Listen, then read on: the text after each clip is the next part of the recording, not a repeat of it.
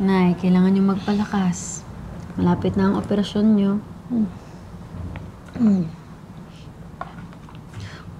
Anak, pasensya ka na ha. Ang laki kong pasanin sa'yo. Okay lang yun, Nay. Ang importante, gumaling kayo. Paano natin mababayaran ang operasyon? Yun ang isipin yun. Ako nang bahala dun, Nay. Pumayag ba ang hospital na installment? O kailangan bayaran ng buo? Okay, Nanay. Okay na? Buo na po yung pambayad natin. Paano ka nakaipon ng ganong kalaking halaga ng agad-agad? Nag-loan po ako. Loan? Ay, Diyos mio. Anak, alam mo naman na delikado ang mga ganyang pautang, di ba? Habang buhay ka niya nahabulin, di ka ba natatakot? Mas natatakot po akong mawala kayo, Nay.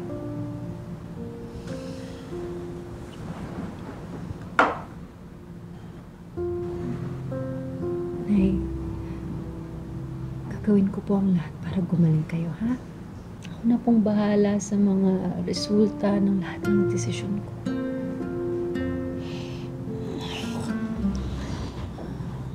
Ina si Belinda. At ramdam ng isang ina kapag may tinatago ang anak.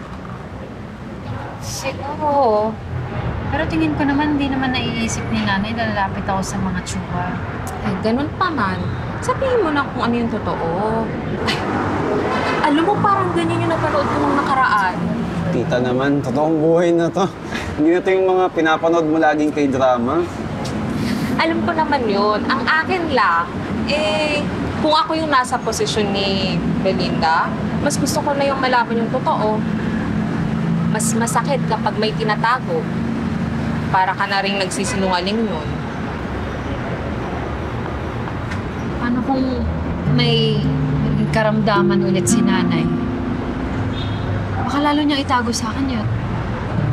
Nasa kanya na yung desisyon na yun. Gawin mo na lang kung ano yung tama habang nabubuhay pa siya. Kundi, baka pagsisihan mo. Uulitin ko ha, ang pagtatago ng katotohanan ay pagsisinungaling rin.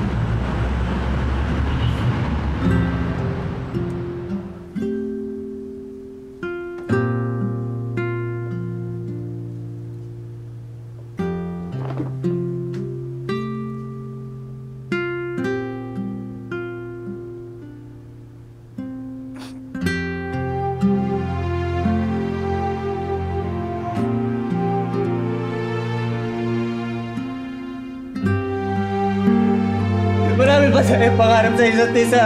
Meng! Meng! Meng! Parang awa mo na bakit mo ginawa sa akin ito, Meng? Bakit mo ako iniwan, Meng? Meng!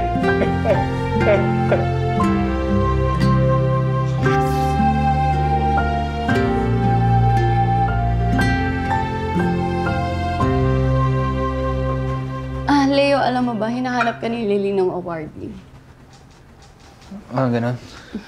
Pasensya na. Medyo masama kasi pakiramdam ko. Alam namin yung pinagdadaanan mo, Leo. Pero, mag-iisang taon na nung nawala si Carmen. Kailangan din namin ng tulong mo. Hindi mo alam yung pinagdadaanan ko, Aurora. Nawala din ako ng kaibigan, Leo. Kilala ko si Carmen. Hindi niya gugustuhin yung nangyayari sa'yo. Kailangan din natin isalba ang mga negosyo dahil kayo ang naging pundasyon nito. Para rin ito sa memorya ni Carmen. Saan pa, Felino? Wala na siya. Para kay Lily. Huwag kang makasarili, Leo. Kailangan mo alahanin din si Lily. Tama si Aurora, Leo. Bata pa si Lily. Kailangan niya ng magulang.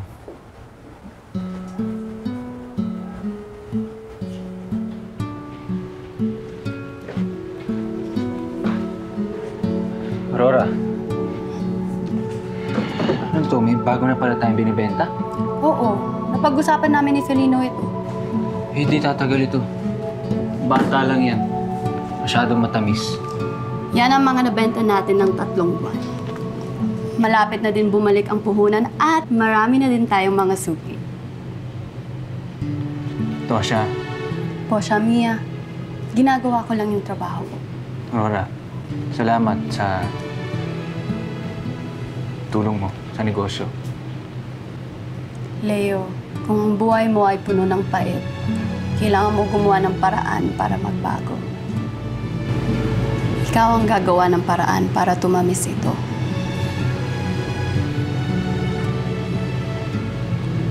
Sige na, mauna na kayo magpa-treatment. Susunod ako. Okay, don't go too long ha, para umabot tayo sa dinner reservation natin.